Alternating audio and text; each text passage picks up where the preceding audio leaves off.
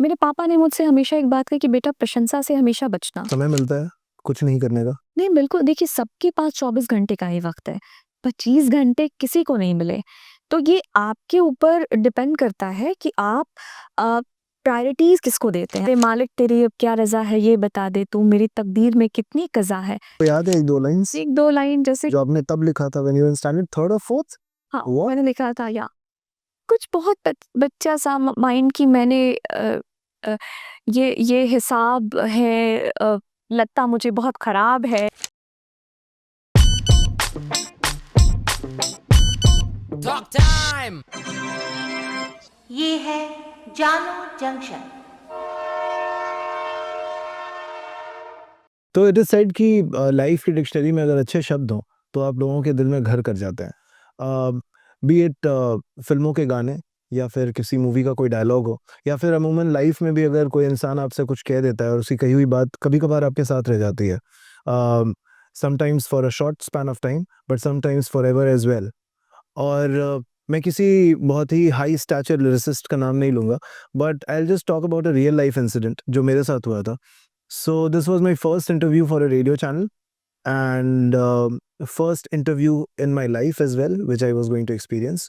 तो मैं उस इंटरव्यू में रूम में बस जा रहा था तो there was this person who just crossed और वो उस ऑर्गेनाइजेशन के सीनियर अकाउंटेंट थे। He was not a lyricist, he was not someone who has written a lot of books and all, पर उस वक्त शायद मुझे जो सुनना था उन्होंने उसे कह दिया। So what he said was कि क्या हुआ, इतने नर्वस क्यों हो? Perhaps he read my face. So I told him कि इंटरव्यू है। So he said कि तो क्या हुआ, जो बाहर हो वही तो अंदर भी रहोगे ना, अंदर जाके कुछ बदल तो नहीं जाओगे। It was a very simple sentence in very simple words, but this actually made me feel कि बदल के कुछ और बन के शायद बहुत दिन तक हम रह नहीं सकते हैं। बेशक। Since it's radio, हर रोज जाकर बात करनी होगी तो यहाँ पे तो बिल्कुल ही नहीं रह सकते हैं। आप कब तक कुछ और बन के रह लीजिएगा? So these words actually hit me and made me think कि शब्द कितने ज़रूरी होते हैं।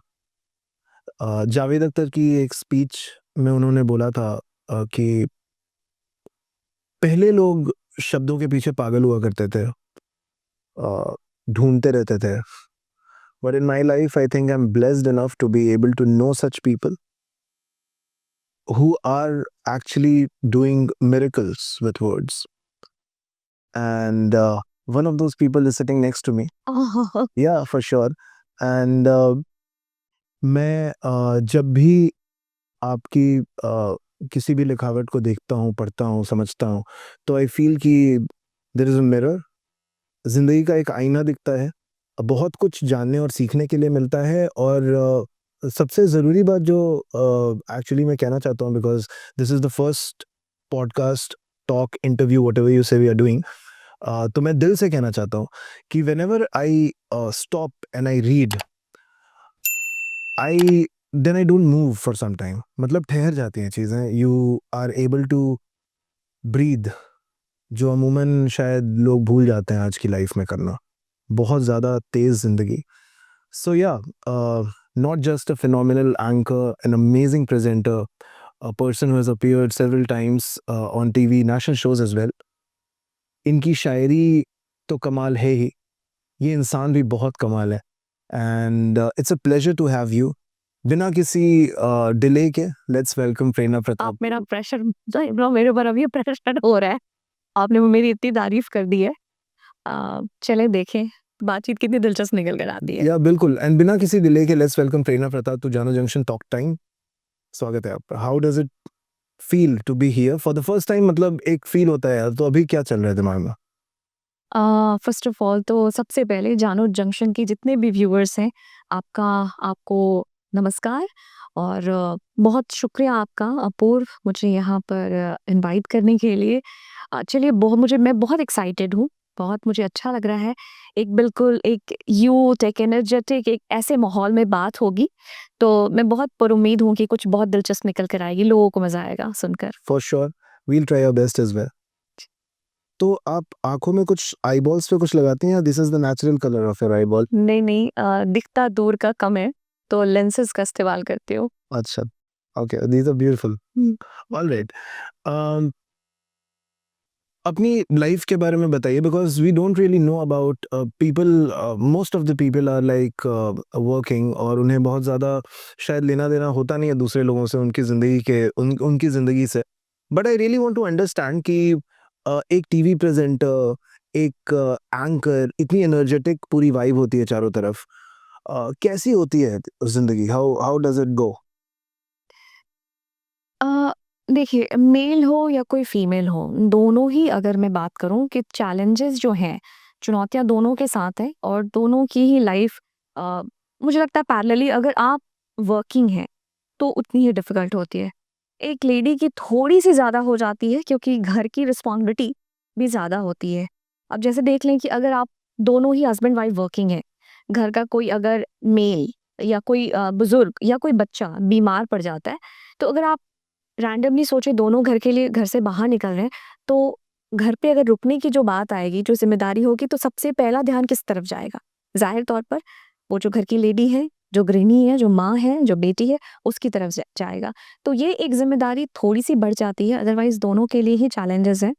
अगर आपको कुछ अपने लाइफ में अचीव करना है, कुछ पाना है, तो ये भाग-दौड़ जो है ये आपको करनी पड़ेगी और इससे आपको जीतना पड़ेगा, निकलना पड़ेगा। तो ऐसे ही है। और एंकर की बात कर लें या फिर अ, जैसे आप भी काम कर रहे हैं, कोई और भी है, डिफरेंट फील्ड में भी हैं, राइट। तो मेहनत तो सबको करनी है। वो नाइ यहाँ पर ये है कि हमारा एक 9 टू 5 जॉब होती है। एंकर अगर आप करते हो, तो यहाँ पे आपका कोई टाइमिंग फिक्स नहीं होता, कोई शेड्यूल फिक्स नहीं होता कि आप जा रहे हो, इतने बजे आपको लौटना है। कभी 2 घंटे भी लग जाते हैं, कभी पूरा दिन लग जाता है, कभी शायद बैक टू बैक इवेंट्स होते हैं। तो ऐसी चीज़ें मैनेज होती हैं।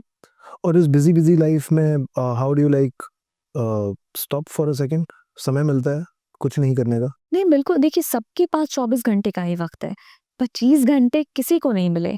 तो ये आपके ऊपर डिपेंड करता है कि आप अ, प्रायोरिटीज़ किसको देते हैं, आपकी प्रायोरिटीज़ में क्या है? मेरे लिए मेरा क काम प्रायोरिटी है, लेकिन उसके पहले मेरी फैमिली, मेरे बच्चे, आई हैव 2 किड्स, वो मेरी प्रायोरिटी में आते हैं और मेरी फैमिली प्रायोरिटी में आती है। अगर मुझे लगता है कि मेरा काम कभी बैक टू बैक ज़्यादा, जैसे दूरदर्शन है, तो वो फिक्स्ड है, मुझे करना है। इवेंट्स अगर जहाँ तक है, तो मैं कोशिश करती हूँ कि अगर मुझे बैक टू बैक है और मुझे लगा कि मेरे बच्चे थोड़ा नेग्लेक्ट हो रहे हैं या घर नेग्लेक्ट हो रहा है, तो मैं उसको स्किप करती हूँ। मुझे लगता है कि नहीं, यहाँ पे क्या स्किप करते, थोड़ा एक पॉज़ लेते हैं, अभी इनको ज़्यादा ज़रूरत है या फिर ये मैं देख लूँ। लेकिन काम भी करना ज़रूरी है, वो भी आपके लिए ज़रूरी है। तो ये बैलेंस ना, मुझे लगता है कि ये आपको बनाना पड़ेगा। करेक्ट। लाइफ में एक बैलेंस आपको खुद बनाना पड़ेगा। ये यहाँ पर कोई तीसरा आकर आपके लिए ये नहीं करेगा। ये आपको तय करना होगा कि आपके लिए क्या चीज़ अभी ज़्यादा महत्वपूर्ण है, क्या इम्पोर्टेंट है। तो टाइम मैनेजमेंट आपको सीखना होगा। तो अब तो लाइफ काफ़ी आगे बढ़ गई है। You are working lady, plus you have 2 kids, a family to handle, और इन सब के अलावा you know we all know that you stand out जब बात शायरी की आती है तो हम उसके बारे में भी बात करेंगे। But first we really want to understand and know कि लाइफ का जो पहला एरा था, how did it all happen? Early childhood memories के बारे में अगर आप बता पाएँ हमें थोड़ा तो। अर्ली चाइल्डहुड मेमोरीज़, मेरी पैदाइश, मेरी परवरिश यहीं हुई है और इन पटना। इन पटना ओनली। और जो भी मेरी अ, शिक्षा-दीक्षा कह लें, वो भी यहीं हुई है। और मेरे माता-पिता, मेरे फादर बिज़नेसमैन हैं और माँ मेरी होममेकर हैं। मेरे 2 भाई हैं और मैं मिडल में हूँ, 1 बहन हूँ। तो बस हम एक ऐसे मिडल क्लास फैमिली जिसमें होता है चीज़ें। पापा का बहुत संघर्ष रहा, फिर उन्होंने अपनी आपके मेहनत से। पिताजी का क्या नाम है? उदय प्रताप जी। जी। और मेरी मम्मी का नाम है कल्याणी प्रताप। जी। तो मेरे 2 भाई हैं, दोनों भाई अभी बाहर हैं, बाहर रहते हैं, एक गुजरात में और एक बैंगलोर में। और क्या करते थे आपके पिताजी? क्योंकि बिकॉज़ मेरे यू पिता सेड कि संघर्ष से भरा रहा, वी वांट टू अंडरस्टैंड कि मेरे पिता का संघर्ष से भरा इसलिए मैं रहा क्योंकि मेरे जो दादाजी थे, अ, उन वो रेलवे में जॉब करते थे, लेकिन उन्होंने अपनी जॉब क्विट कर दी क्योंकि मेरी दादी बहुत खूबसूरत थी। तो उसकी पोस्टिंग कहीं और हुई, तो उन्हें ये गवारा नहीं था कि मैं अपनी इतनी खूबसूरत धर्मपत्नी को, बीवी को छोड़कर मैं बाहर रहूँ। उन्होंने जॉब क्विट कर दी, तो फिर जॉब क्विट करने के बाद और रिस्पॉन्सिबिलिटी घर की फिर हो गई। 8 बहनें, मेरी 8 बुआ, मेरी 8 बुआ और मेरे सिंगल पापा जो हैं वो मेरे भाई थे, ओके। हैं इनफैक्ट। तो लाइफ रही होगी यार। हाँ, आप सोचिए कि इतनी बड़ी फैमिली और इतनी बड़ी फैमिली का सब कुछ कैसे मैनेज होना, सारी चीज़ें व्यवस्थाएँ कैसे होनी, तो ये ज़िम्मेदारी आप देख के चले कि घर के बेटे पे आती है। यूँ तो बड़े बेटे पे, लेकिन यहाँ पर कोई दूसरा ऑप्शन नहीं था, तो पापा पे ज़िम्मेदारी थी। और पापा ने फिर शुरुआत की, पापा ने भी पहले बिज़नेस शुरू किया, फर्नीचर, बहुत सारे बिज़नेस उन्होंने, बहुत उस वक़्त ठीक था। लेकिन उसके बाद फिर उन्होंने अपना खुद का बिज़नेस शुरू किया। पहले उन्होंने किसी कंपनी में जॉब की, बिज़नेस में कुछ लॉसेस हुए, तो ये सारी चीज़ें चलती रहीं। और हमारे जो एक पहले के ज़माने में जो प्रथा चलती आई है कि ज़मींदारी, खेती एंड ऑल, ये सारी चीज़ें, तो घर से हम संपन्न थे, लेकिन 8 बहनों का जो दायित्व था वो पिताजी को, मेरे पापा को वो सब चीज़ें निर्वहन करनी पड़ी। और उसके बाद फिर हम बच्चे हुए, तो हमारा गाँव में रहना तो सही नहीं था। जैसे जमुई मेरा ददिहाल है, तो मम्मी का ये, मेरी माँ का ये डिसीज़न था, उनका ये निर्णय था कि हम बाहर आएँ, पटना आएँ, ताकि मेरे बच्चों को अच्छी शिक्षा मिले। फिर हम यहाँ आए, तो यहाँ पे फिर एक नए सिरे से शुरुआत करनी थी पापा को। तो फिर लेकिन फिर पापा ने धीरे-धीरे वो मेहनत करते हुए 1 कमरे के मकान से 2 कमरे का मकान, फिर अपना घर लेना, अपनी गाड़ी। मुझे मुझे याद है कि पापा ने सबसे पहले रेड कलर की मारुति 800 खरीदी थी, सेकंड हैंड खरीदी थी। वो 90 90s में उन्होंने खरीद ली थी। तो अब मैं सोचती हूँ कि उस ज़माने में उनका कितना संघर्ष रहा होगा। ये 80s में उन्होंने अगर एक सेकंड हैंड ही रेड कलर की मारुति कार खरीदी, फिर उन्होंने मारुति वैन खरीदा। बहुत समय तक पापा के पास वो उन्होंने फर्स्ट हैंड ली थी अपनी। तो उसके बाद फिर धीरे-धीरे चीज़ें बदलती गईं और ऐसा सब कुछ होता गया। तो ऐसा ही हमारा बचपन रहा। हमें ईश्वर की कृपा से कभी ये दिक्कत नहीं हुई कि हमारी स्कूल की फ़ी नहीं जा रही है या फिर हमें कुछ इस तरह की दिक्कत हो रही है। तो पापा ने इसका बहुत ख़्याल रखा कि हमारे बच्चे अच्छा पढ़ लें। हुँ। और तो ऐसा रहा मेरा बचपन। Any few lessons that you really learnt from your father maybe or your mother maybe? Maybe one lesson from each one of them. बिल्कुल। हम कैसे सीखते हैं? कोई भी इंसान, आप हैं, हम हैं, हमारा जो फर्स्ट स्कूल होता है ना, वो हमारा घर होता है। उसके बाद हम स्कूल जाते हैं। तो हम माँ-बाप से सीखते हैं, और कुछ एक बात ना आपके दिल में घर कर जाती है। मेरे पापा ने मुझसे हमेशा एक बात कही कि बेटा, प्रशंसा से हमेशा बचना। मतलब आप सोचिए कितनी बड़ी बात है। अमूमन ये होता है ना कि हम प्रसिद्धि हासिल कर लेते हैं, लेकिन हम उसे सँभालने के योग्य नहीं रहते। हम बहुत बार ऐसे होते हैं ना कि जो लोग फ़ेम मिल गया और उसके बाद आपके पाँव ज़मीन पे नहीं रहते। मेरे पापा ने हमेशा ये बात मुझसे बहुत, हम जब छोटे भी थे, अगर हमने स्कूल में अच्छे मार्क्स लाए, सबने वाह-वाह कर दिया, "अरे! बहुत अच्छा, तुमने बहुत अच्छा किया।" तो अगली बार ना अच्छा करने की जो वो होती है ना, जो ज़ील होती है, जो चाहत होती है, वो खत्म, "अरे! मैं तो कर ही सकता हूँ, इसमें क्या है, कौन-सी बड़ी बात है।" उन्होंने कहा, "उसे स्वीकारो। प्रशंसा अगर कोई तुम्हारी कर रहा है, कोई तुम्हारी बड़ाई कर रहा है, उसे स्वीकारो, ना आदर भाव के साथ, लेकिन उससे प्रभावित मत हो जाओ। अगर आप प्रभावित हो गए, इन्फ्लुएंस्ड हो गए, आपके अच्छा करने की और बेहतर करने की जो कैपेसिटी है वो कम हो जाएगी।" ये मेरे पापा ने हमेशा कहा। मेरी माँ हमेशा अभी भी मुझसे कहती है कि बेटा, बोलने के पहले हमेशा सोच लो कि क्या बोलना है। Very simple line which you all listen in our हाँ, family. ये मेरी माँ का हमेशा रहता है। और स्पेशली एक बेटी की माँ है जिसकी शादी हो गई है, तो उसने उस कॉन्टेक्स्ट में ये बात कही थी कि बेटा, बोलने के पहले ना एक बार सोच लेना, 1 सेकंड रुक के तुम क्या बोल रही हो और कहाँ बोल रही हो। तो ये बात मुझे हमेशा लगती है कि आप कम बोलें, वो ज़्यादा बेहतर है, सुने ज़्यादा, सुनना ज़्यादा बेहतर है। हाँ, माँ मेरी ये भी कहती है कि सुनो ज़्यादा, बोलो कम। तो मुझे ये मेरी माँ की बात बहुत काम आती है मेरी ज़िंदगी में तो। I really see मैं जब भी आपसे बात करता हूँ तो मैं ये दिखता है बिकॉज़ आई थिंक एक तो कह देते हैं लोग, हमें अच्छा भी लगता है, हाँ, बहुत बढ़िया। बट एक होता है फिर उसको इम्प्लीमेंट करना। ये वाली चीज़ तो I know that you have implemented. We listen a lot and thank you so much for that. It helps the speaker to actually put front the words, अच्छे से अपनी बातें रखने का मौका मिलता है दूसरों को। पर दूसरी जो चीज़ आपने बताई प्रशंसा वाली बात, कि तो वो कैसे इम्प्लीमेंट करें अपनी लाइफ में? मतलब एक तो अच्छी बात है वो, but how to like implement that? क्योंकि इंसान तो अमूमन जब कोई बहुत ज़्यादा तारीफ़ें कर देता है उसकी, तो वो उड़ने लगता है एंड फिर वो सोचता है कि यार क्या बात है, अब तो हो गया मेरा। But how do you implement it in life, in real life? एक शायर है, वो कहते हैं कि जो आला ज़र्फ़ होते हैं, हमेशा झुक के मिलते हैं। सुराही सर निगू होकर भरा करती है पैमाने। निगू होकर मतलब झुक कर। सुराही को आप देख लें, उसका जो शेप होता है, लेकिन अगर कोई पानी लेना चाहे तो उसको झुकना पड़ेगा उससे। और जो आला ज़र्फ़ होते हैं, आला ज़र्फ़ मतलब वैसे ज़र्फ़ वाले लोग जो, तो वो हमेशा झुक के मिलते हैं। तो आप देखें कि वो कहते हैं ना फल से लदा हुआ पेड़, तो ये ऐसा मैं नहीं कह रही हूँ कि मैंने बहुत कुछ अभी अचीव कर लिया। मैं उन दिनों की बात कर रही हूँ जब मैं स्कूल में पढ़ रही थी। अगर मेरे मार्क्स अच्छे आए, मुझे अच्छे नंबर आए, या मैंने कोई गाना अच्छा गा दिया, डांस अच्छा कर लिया, अरे वाह, वाह बेटा तुमने तो बहुत अच्छा किया।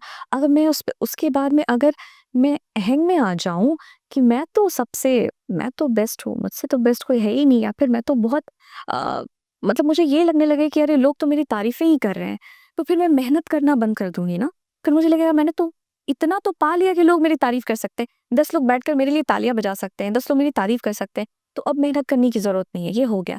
अगर आप उससे प्रभावित हो गए, तो आप वहाँ पर ना अपने आप को आपने रोक दिया। आप उसको स्वीकार करें आदर से, ठीक है, सामने वाले ने अगर आपको एप्रिशिएट किया, आप उसको एक्सेप्ट करें पोलाइटली, जेन्युइनली। मुझे ऐसा लगता है ठीक है, आपका बहुत शुक्रिया, आपने मुझे सराहा। लेकिन उससे प्रभावित अगर मैं हो गई, तो फिर मैं बेहतर करना बंद कर दूँगी। तो ये आप मतलब मैं कोशिश करती हूँ कि ठीक है, आप अपने पाँव ज़मीन पर ही रखें, आप हवा में ना उड़ें। तो वो प्रभावित होना ना आपको हवा में उड़ने के लिए प्रेरित करता करेक्ट। है ना? तो आप स्वीकार तक ही अपने आप को महदूद रखें, सीमित रखें, एक्सेप्ट कर लिया, that's it. I think this is a lesson to be learned, और अभी तक जितनी बात हुई उसमें से 3 चीज़ें तो सीखने को मिली। तो I am a student today, student for life, और we all are student for life, we all yeah are.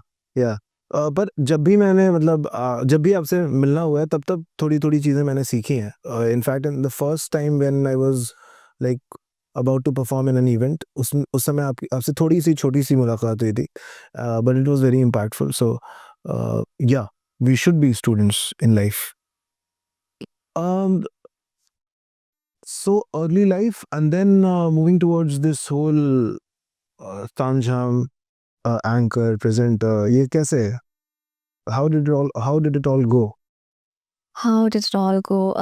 देखिए, कुछ चीज़ें ना डेस्टिनाइड होती हैं, ये मैं मानती हूँ। अ, शुरुआत में तो मैं शुरुआत से ही, अभी मैंने कुछ दिन पहले अपने सोशल मीडिया पे एक वो मुझे कुछ पुरानी तस्वीरें मेरी मम्मी ने मुझे भेजी, तो मैंने डाला, मैं अपने स्कूल में हमेशा कोई डिबेट, इलॉक्यूशन, स्पीच है, टॉक शो है, डांस है, कुछ भी ऐसा है तो मैं प्रेरणा प्रताप का नाम सबसे पहले हो जाता था। ठीक है, पढ़ने में मैं एवरेज स्टूडेंट ही रही थी, ऐसा नहीं था कि मैं बहुत मेरिटोरियस थी। लेकिन इन मामलों में टीचर्स मुझे जानते थे कि प्रेरणा को ले लो, डिबेट है, प्रेरणा को ले लो, स्पीच है, प्रेरणा प्रताप। तो मेरा नाम हमेशा रहा। मैं 11th में भी मैं इंटर कॉलेज डिबेट कॉम्पिटिशन हुआ था जिसमें पटना शहर के सारे स्कूल और कॉलेजेस पार्टिसिपेट किए थे। मैंने फर्स्ट प्राइज़ उसमें मुझे मिला था। तो ये चीज़ें बचपन से होती रहीं। तो जो स्पीकिंग स्किल कह सकते हैं शायद बचपन से था। और बचपन में वो रामधारी सिंह दिनकर की एक कविता है कि वो चाँद का कुर्ता है ना, अ हट कर बैठा माँ सिलवा दो मुझे एक छिंगोला, सन सन चलती हवा रात भर जाड़े से मरता हूँ, ठिठुर ठिठुर कर किसी तरह मैं यात्रा पूरी करता हूँ। तो जब मैं ये ऐसी कविताएँ मैं पढ़ती थी ना तो मुझे बहुत अच्छा लगता था। मैं भी कुछ-कुछ लिखा करती थी, तुकबंदियाँ करती थी। उस वक़्त मुझे कविताएँ, शायरी, शेर, आप क्या जाने 3rd क्लास 4th के स्टूडेंट को क्या पता? बस वो पढ़ती थी, वो तुकबंदियाँ अच्छी लगती थी, तो कुछ-कुछ लिख दिया करती थी। वो लिखी हुई चीज़ें क्या अभी हैं आपके पास? हाँ, बिल्कुल। आपको याद है 1-2 लाइन्स 1-2 लाइन जैसे, जो आपने तब लिखा था when you were in standard 3rd और 4th? हाँ, व्हाट? मैंने लिखा था या कुछ बहुत बच्चा सा माइंड की मैंने अ, ये हिसाब है, लगता मुझे बहुत ख़राब है, समथिंग जैसे मैंने मैथ्स के लिए लिखा था। फिर ये मैंने रंगोली बनाई है, अपने मेरे भाई ने उसको बिगाड़ दी थी। मेरे छोटे भाई से मेरी हमेशा नोक-झोंक चलती रहती है, अभी भी चलती रहती है। तो ऑल्दो हम लोग मैच्योर हो गए हैं स्टिल, तो कुछ ऐसी चीज़ें मैं लिखा करती थी। तो ये सब चीज़ें बोलना, एक्स्ट्रा करिकुलम एक्टिविटीज़ में इतना पार्टिसिपेट करना, तो मुझे लगता है शायद इन चीज़ों ने मुझे हेल्प किया आगे के। लेकिन कुछ ऐसी परिस्थितियाँ रहीं जिसकी वजह से मेरी शादी जल्दी हुई, जिसकी वजह से मेरी स्टडी कंप्लीट नहीं हो पाई, पूरी नहीं हो पाई जो मुझे करना था। जल्दी में मतलब चाइल्ड मैरिज?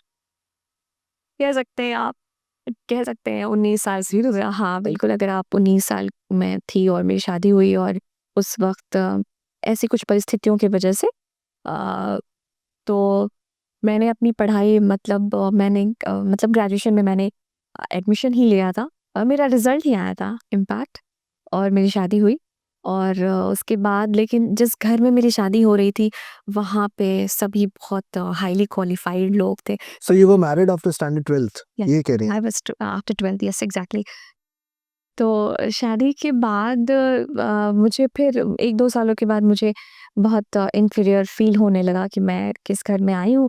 मतलब मुझे ऐसा लगता था कि लोग मुझे शायद उतनी तवज्जो नहीं दे रहे हैं, जैसे अगर डिस्कशन हो रहा है घर पे तो लोगों को लगता होगा।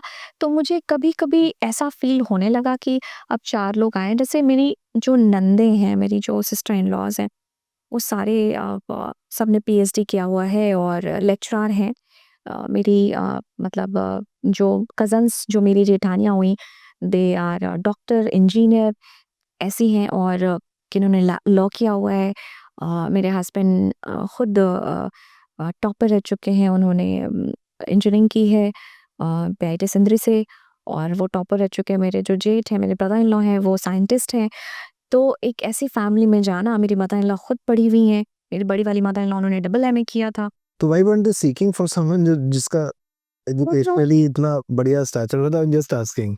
अभी क्या लगता है what could be the reason according to you कि मतलब क्योंकि सभी इतने पढ़े लिखे थे, अगर किसी को घर में वेलकम करना हो या किसी को अपनी बहू बनाना हो तो वही सारी चीजें ढूंढते होंगे मे बी वो लोग, but why did they choose like choose में हाँ, ये what do you think can be the reason?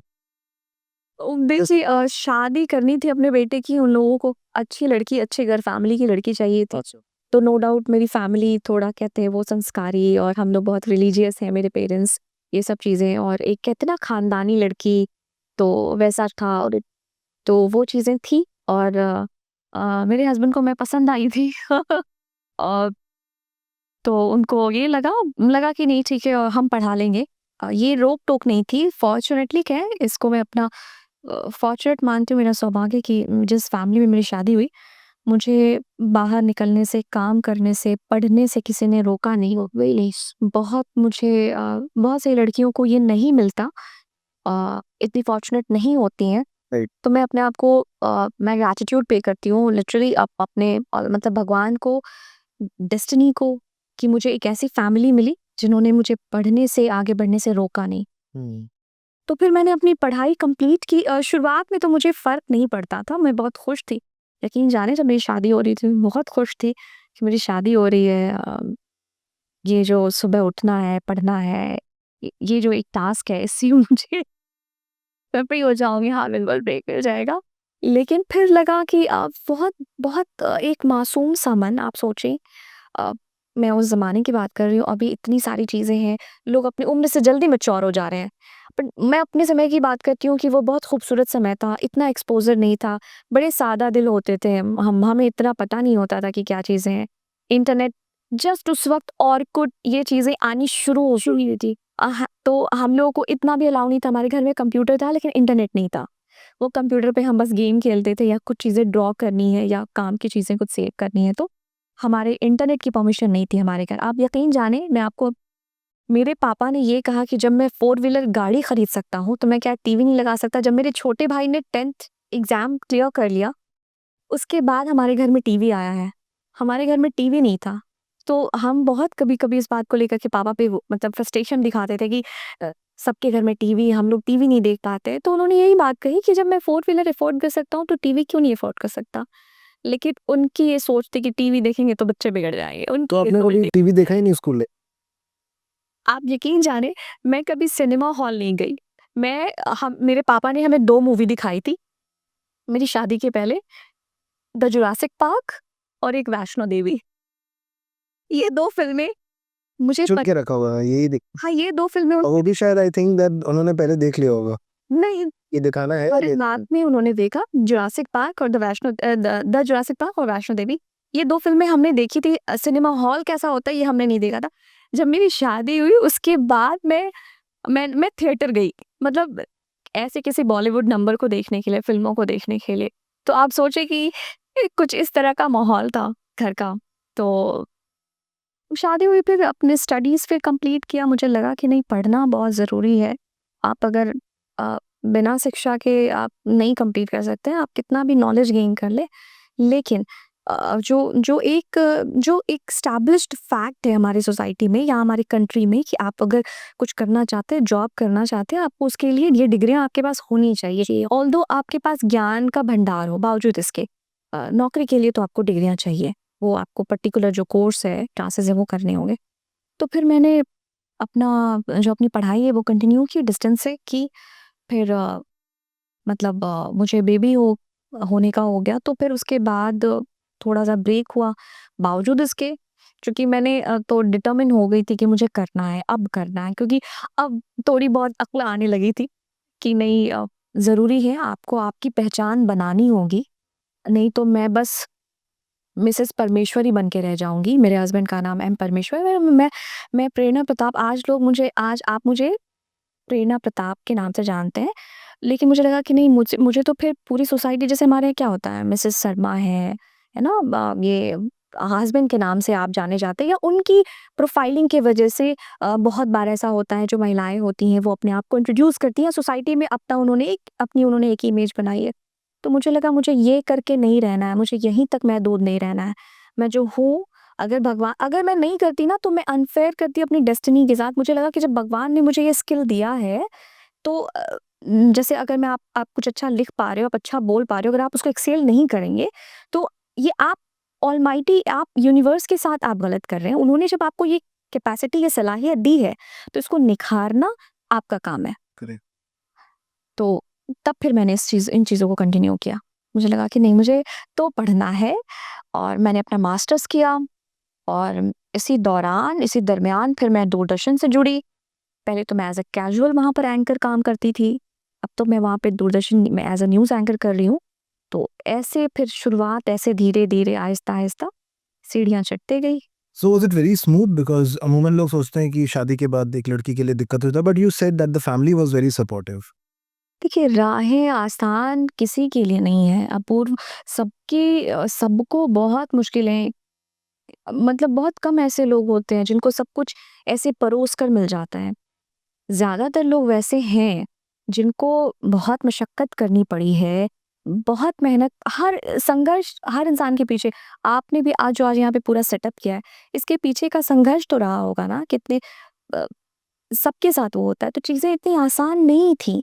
और वो भी आप जब आपके ऊपर 2-2 फैमिली की रिस्पॉन्सिबिलिटी है, आपका मायका, ससुराल, बच्चे, हस्बैंड, इन-लॉज़, फैमिली, निकलना, जाना, करना, तो सब कुछ आसान नहीं था। बावजूद उसके आप अपनी स्टडी भी कंप्लीट कर रहे हो, आप घर भी देख रहे हो, आप जॉब भी कर रहे हो, और बहुत हेल्प नहीं मिलना।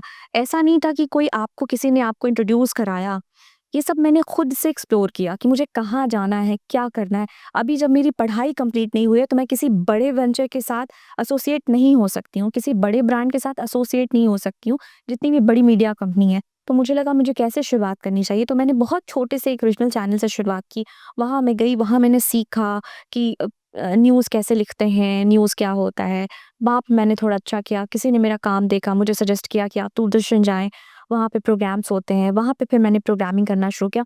मैंने एक प्रोग्राम में किया, उन्होंने देखा कि अच्छा प्रोग्राम है, नेक्स्ट प्रोग्राम को, तो ऐसे। तो संघर्ष तो जीवन में ज़ाहिर तौर पे रहा है। हुँ, हुँ। 2 सवाल है। What was that one thing that always motivated you to do these things? क्या था वो एक मोटिवेटिंग फैक्टर? और दूसरा सवाल ये कि टेम्पटेशंस भी बहुत सारे होते हैं ना, मतलब you already have a home, you have children, you have like a lavish good life to lead. If you don't want to work, you अगर आप काम ना भी करें तो भी चल जाएगा। तो टेम्पटेशंस को कैसे साइड करते हैं, और जो करना है उसको दिमाग में हमेशा कैसे बनाए रखते हैं? Because people get lethargic. जैसे for example, if I decide to run from tomorrow, कि यार आज से मुझे दिसंबर में 100 माइल्स करना है, तो I should at least run for 30 minutes every day. तो जब ये करना शुरू करते हैं तो 2-3 दिन तो बहुत बढ़िया चल रहा होता है सब चीज़, but then you again understand कि यार आज फिर से जाना है, फिर आज ये कर लेते हैं, आज रुक जाता है। तो ऐसा कभी होता है, तो how do you stop yourself? तो one motivating factor and then one this question. Motivating factor and temptation को कैसे आप हुँ, रोकते हो? हाउ डू यू टैकल अगर होता है आपको तो? कल से आज अच्छा करना है। एक चीज़ तो ये रहती है क्या बात! कि जो very important point by the way. या और दूसरी चीज़ ये रहती है कि अगर मैं नहीं करूँगी तो फिर मैं क्या करूँगी? Then what? मैं आप बिलीव करें मैं टीवी नहीं देखती क्योंकि वो बचपन से आदत नहीं रही। तो I can not sit for hours और मैं बैठ के टीवी देख रही हूँ, वो मैं नहीं कर सकती। बेटर टू राइट, कुछ पढ़ लूँ, इधर न्यूज़पेपर। मेरे अंदर एक हैबिट है ना कि मैं अगर मुझे भेल पूरी खाने मैं गई हूँ, बटाटा भेल कुछ खा रही हूँ, तो वो जो प्लेट होता है ना, तो ऐसा कि मैं उस प्लेट पे क्या लिखा होता है मैं वो भी पढ़ जाती हूँ। अगर मैं जब हम छोटे थे तो मेरे पापा ने ये हैबिट हमारे अंदर डाली, जो हम होर्डिंग्स लगे होते हैं ना, वो कहते थे पढ़ते चलो। तो हम होर्डिंग्स पढ़ते जा रहे हैं कि अच्छा ये ब्रिटानिया बिस्किट, रत्नाम ज्वेलर्स और जो भी चीज़ें, तो हमारी वो जस्ट इसलिए कहते थे ताकि हमारा जो हम पढ़ सके, हमारा ये इम्प्रूव हो। तो वो पढ़ने की हैबिट आ गई, तो मैं अगर खाली बैठी हूँ तो मैं कोशिश करती हूँ मैं कुछ पढ़ लूँ। सीरीज़ आ रही है कोई इंटरेस्टिंग है तो फिर मैं बैठकर देख लेती हूँ। लेकिन मैं बहुत लंबे आज तक क्रिकेट मैच को छोड़ कर के मैं और कुछ नहीं, उतने घंटे तक बैठकर नहीं देख सकती। तो फिर मैं क्या करूँगी? तो आपकी ज़िंदगी सिर्फ़ अच्छे कपड़े पहनकर तैयार होकर गेट टुगेदर्स में जाना, पार्टीज़ में जाना, तो मैं बता दूँ मैं सोशल भी नहीं, मैं बिल्कुल सोशल गैदरिंग, मुझे थोड़ा भीड़-भाड़ और ऐसी जगहों पे मैं बहुत अपने आप को सहज नहीं पाती हूँ। तो फिर मुझे घर में रहना पसंद है। तो फिर घर में भी आप 24 घंटे क्या करेंगे? तो आप फिर काम करें। तो इसलिए जो चीज़ मुझे खुशी देती है, मैंने काम किया, मुझे किसी ने आकर एप्रिशिएट किया, आपका वर्क अच्छा था, आउटस्टैंडिंग, या कुछ भी ऐसी चीज़, जब मैं कैमरे के सामने आती हूँ तो एक अलग से एनर्जी आती है मेरे अंदर। फिर लगता है वो ना मेरे कॉन्फिडेंस को बढ़ाता है। जो मैं हूँ मेरे कॉन्फिडेंस में ना बहुत इज़ाफ़ा करता है। तो जब आपके अंदर इतनी तब्दीलियाँ और इतनी बेहतरीन तब्दीलियाँ हो रही हैं, जो चीज़ आपको दिला रही है, तो आप उसको कैसे छोड़ सकते हो? आप उसको कैसे क्विट कर सकते हो? आप जब you are a fantastic singer, आप जब गिटार होल्ड करते हैं या माइक पे आप जाते हैं और लोग आपको चीयर करते हैं, तो आप जस्ट इमेजिन कीजिए उस मोमेंट को, आपके अंदर क्या, आपकी बॉडी में क्या रिएक्शंस होते हैं? बॉडी से लेके माइंड तक में। यही रिएक्शन आपको मोटिवेट करता है कुछ अच्छा करने के। And definitely if you are earning money, मैं बिल्कुल ऐसी बात नहीं करूँगी कि इतना सब कुछ ऐसा, if you are getting money spiritual और आध्यात्मिक नहीं हो सकता। आपको अगर उसके लिए अच्छे आपकी पारिश्रमिक अच्छी मिल रही है, आपको पैसे मिल रहे हैं अच्छे, तो वो भी आपको डेफिनिटली खुशी देती है कि आप उससे आप अपने फैमिली के लिए, अपने लिए कुछ अच्छा कर सकते हैं। आपको डिपेंडेंट होने की ज़रूरत नहीं है। ये भी चीज़ है। ये बहुत अच्छा लगा, ये जो चीज़ आपने बोली कि आपके पिताजी हमेशा कहते थे कि ये होर्डिंग्स भी पढ़ते पढ़ते चलो, हाँ। उनसे सीखी हुई चीज़ें ऑफ कोर्स कहीं न कहीं इन सारी चीज़ों को मोटिवेट करती हैं। एक रियलाइज़ेशन होना कि मुझे काम करना है, या जितनी भी सारी चीज़ें आपने बोली। हुँ। Uh, do you motivate your kids to like read more in today's ये वर्ल्ड, जहाँ पे सबसे ज़्यादा ये अंगूठा चलता है, स्क्रॉलिंग, स्क्रॉलिंग, स्क्रॉलिंग? नहीं, मेरे बच्चों में है रीडिंग हैबिट्स, उनके अंदर है, क्योंकि मुझे भी है, मेरे हस्बैंड को भी है। पढ़ते हैं books, most of the time books वो खुद ऑर्डर करते हैं, मुझे भेजेंगे कि ये बुक मंगा दें आप। मेरी जो छोटी वाली बेटी है वो इनफैक्ट वो लिखती भी है, मुझे नहीं दिखाती, वो इंग्लिश पोएट्री ही लिखती है। मुझे नहीं दिखाती हालाँकि कभी, लेकिन मैंने देखी उसकी डायरी और वो लिखती है। एंड वो बहुत अच्छा स्केच करती है, उसे पेंटिंग करना बहुत पसंद है, तो वो पेंटिंग ड्राइंग करती है। तो लेकिन ये जो है हम इससे भी इनकार नहीं कर सकते, इसका मोबाइल का तो जो इन्फ्लुएंस है वो है, सब पर है। हमारे मुझ पे भी है, ऐसा नहीं कि मैं नहीं देखती मोबाइल, बहुत वक़्त जाता है, लेकिन हाँ, एक अपना जो वो एक है ना टाइमर, आपने कितना, आपका स्क्रीन टाइमिंग क्या है, थोड़ा कोशिश करती हूँ कभी कि वो उस पे बहुत फ़ोकस करूँ कि बहुत ज़्यादा ना हो। अगर 1 घंटे दिन का 1 या 2 घंटे आपने कर दिया, तो अवॉइड करें कि वो आपके हेल्थ के लिए अच्छा नहीं है। तो बच्चों के साथ तो मैं कोशिश करती हूँ। अब जैसे वो बड़े हो रहे हैं तो उनके स्टडीज़ का प्रेशर उन पर बढ़ रहा है। राइट। लेकिन ये भी बहुत बहुत क्लियरली, बहुत स्पष्ट कहना चाहूँ कि आप बहुत हद तक नहीं बचा सकते। उनके बहुत सारे क्लासेस, कोर्सेज़ हैं, वीडियोज़ हैं जो मोबाइल पर हैं, लैपटॉप पे हैं, बिल्कुल। तो उन्हें आपको देना होगा। लेकिन क्लोज़ वॉच तो आपको रखना ही होगा। और कहीं न कहीं ये भी ज़रूरी है कि they should have their own creative space as well, जैसे कि आपने कहा कि वो लिखती हैं या स्केचेस बनाती हैं। So that is also very very important too. Important. बच्चों के साथ, हर बच्चे के साथ आप कुछ ना कुछ उसको किसी ना किसी एक ऐसी एक्टिविटी में उसको इन्वॉल्व करें, उसका इंटरेस्ट देख लें। वो उसके इनर डेवलपमेंट के लिए भी अच्छा है। अगर आपका बच्चा अच्छा गा रहा है, अच्छी पेंटिंग कर रहा है, लिख रहा है, स्पोर्ट्स में एक्टिव है, कुकिंग में है। बहुत छोटे बच्चों को मैंने देखा है, दे कुक वेरी वेल। बहुत अच्छे-अच्छे डिशेज़ मैंने कुछ अपनी फैमिली में भी मैंने देखा है कि बहुत इनोवेटिव तरीके से वो प्रेज़ेंट कर रहे हैं और कुछ कपकेक्स बना रहे हैं और कुछ कुकीज़ बना रहे हैं। तो बच्चों को हम ऐसे भी इन्वॉल्व कर सकते हैं, लेकिन सब इसमें आपका भी इन्वॉल्वमेंट होना चाहिए। आप उसको अ, पुश करें अच्छा करने के लिए, हमेशा इंस्पायर करते रहें, मोटिवेट करें। तो बीइंग अ पेरेंट तो ये पेरेंट्स की रिस्पॉन्सिबिलिटी, स्पेशली माँ की रिस्पॉन्सिबिलिटी ज़्यादा हो जाती है। राइट। राइटर, एंकर, प्रेजेंटर, इन सब के बीच में you stand out as an Urdu shayar कह सकते हैं। जिस तरीके से आप अपनी शायरी करती हैं, जिस तरीके से हमने आपको टेलीविज़न पे भी देखा अभी हाल में, वाह भई वाह! राइट? सो शायरी की दुनिया में कैसे? 12th के बाद शादी, शादी के बाद जर्नलिज़्म करना है, then you did that, studied hard. शायरी कहाँ से आ गई बीच में? शायरी बीच में कहाँ से आ गई? शायरी बीच में बिल्कुल नहीं आई। मैं ये कहना चाहूँगी कि मैंने आपको बताया ना कि मैं अभी आपको वो कविता मैंने सुनाई तो बचपन से ही ये चीज़, ये जो पोएट्री है, ये मुझे पसंद थी। मुझे पढ़ना पसंद था, मुझे दोहराना पसंद था, सुनना पसंद था, पोएट्री मैं याद कर लेती थी और घर पे टीचर यूजुअली जो बच्चे टीचर बन के बच्चों को पढ़ाते थे, मैं पोएट्री पढ़ाती थी। लेकिन मुझे उस वक़्त पता नहीं था कि ये शायरी क्या होती है, ये ग़ज़ल क्या होता है, ये सारी चीज़ें मुझे नहीं मालूम थी, इसकी techniques in which year around? जब नहीं मालूम। नहीं मालूम था। देखिए, आपको मैं बता रही हूँ, मुझे बहुत तवील अरसा, मतलब बहुत लंबा अरसा नहीं हुआ है। जब अगर आप कायदे से देखें तो मुझे कोविड के पहले, थोड़ा पहले मैंने इसके टेक्नीक्स को पढ़ना शुरू किया था कि ये क्या है। जैसे देखिए, आप संगीत में 7 सुर होते हैं, हुँ। ठीक उसी तरह जो शायरी होती है, पोएट्री होती है, उसमें भी सुर नहीं होते, उसमें वज़्न होते हैं। इसे हम आम बोलचाल की भाषा में मीटर बोलते हैं, लेकिन बहर, टेक्निकली इसे हम बहर कहते हैं। तो बहर होती है तो उसका वज़्न होता है और उस वज़्न का हमें बहुत ख़ास ख़्याल रखना पड़ता है अपनी किसी भी रचना में, अपनी किसी भी पोएट्री में, जो ग़ज़ल के तौर पर मुकम्मल जिसे हम करते हैं, तो इसका ख़्याल रखना पड़ता है। तो ये तमाम चीज़ें मुझे नहीं मालूम थी। उसके पहले तक मैं बस लिखती थी। वो सिर्फ़, उसको आप तुकबंदी कह सकते हैं। बहर से ख़ारिज कोई भी अगर पंक्ति है, वो शेर नहीं कहलाएगा, वो शेर नहीं हो सकता, वो शायरी नहीं हो सकती और वो ग़ज़ल नहीं हो सकती और कोई कविता भी नहीं हो सकती। जितने बड़े शायर हुए, कवि हुए, उन्होंने मीटर का बखूबी ख़्याल रखा, बहर में ही उन्होंने कहा है, तब जाकर के वो कविता हुई है, तब जाकर वो शायरी और ग़ज़ल हुई है। तो मुझे ये बातें मालूम नहीं थी, बस मैं ऐसे लिखती थी। तो मुझे कुछ यहाँ पर जो सीनियर पोएट्स हैं, उन लोगों ने, आजकल सोशल मीडिया का दौर है, हम कुछ भी लिखते हैं, तो पहले प्रिंट्स हुआ करते थे अखबारों में या फिर मैगज़ीन्स में प्रकाशित होते थे, लेकिन अब हम पोस्ट कर देते हैं सोशल, मतलब अब फ़ेसबुक पे।